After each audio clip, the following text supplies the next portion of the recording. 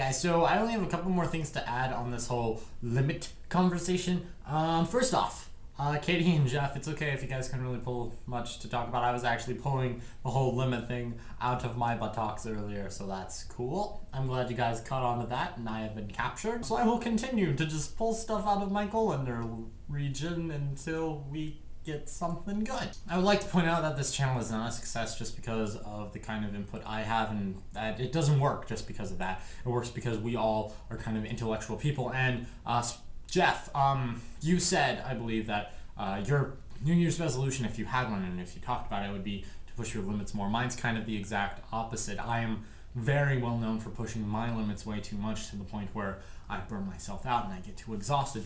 And that's kind of one of the things I wanted to talk about today. I'm one of those people that will put in all of the effort they possibly can into a project or an activity, and so they can understand it more. Like, that's why I do it. I put so much effort into it because I believe there's going to be an outcome that supports the amount of effort I put into it. That is not the case, however, in a lot of things, which is why I have done so much. That's one of the things that happened with engineering. For me, I know it's different for other people, but for me, I didn't feel like I was getting a proper output for the amount of work I was inputting into it, and so I stopped. You know, I like engineering, and I like making things, and I like designing, and I think it's really cool, but I think the way a lot of people perceive it are misguided, and I can't get along with the people, and that's one of the things that limits me in that. And I can put in a lot of effort to it, but I don't grow, if you understand what I mean. I don't like putting in so much effort and not getting anything out of it, and I think that is a very human thing to kind of go through, is accepting that you can't always get a 150% output when you only put in so much percentage. But that's one of the kind of human-y things I found.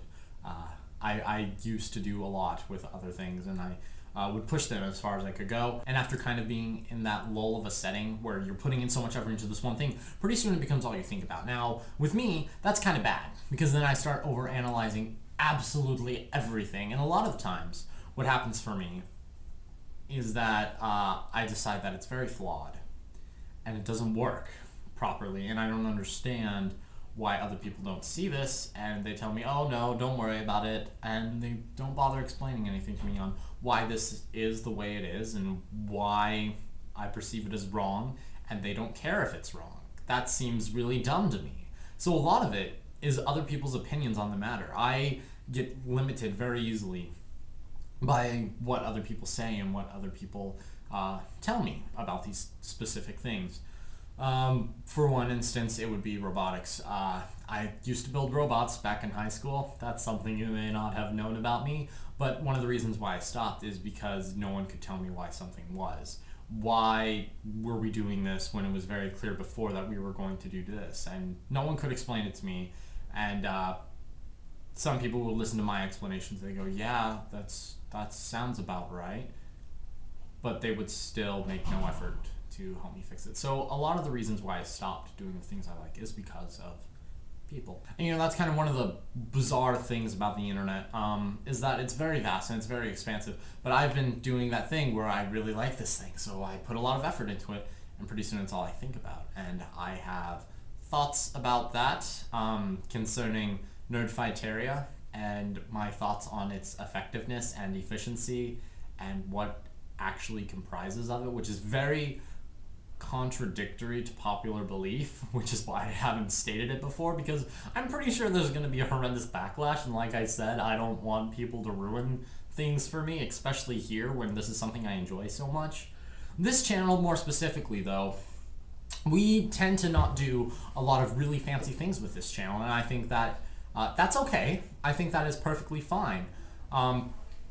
The reason I wanted this channel, and the reason why I originally brought it up, is because I wanted a think tank kind of setting. I wanted somewhere where I could go with several other very intelligent people, and we could just talk and discuss things and go really in depth and not really give a flying hoot about anything. And so it's really more about the discussion and not things like this.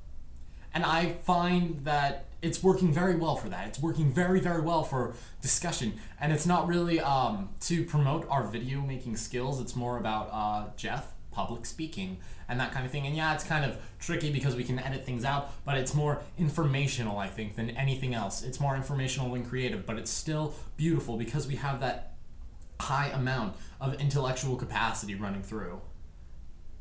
So with that, I think I will call it a day, and I can't wait to hear from the rest of you magnificently minded people later this week.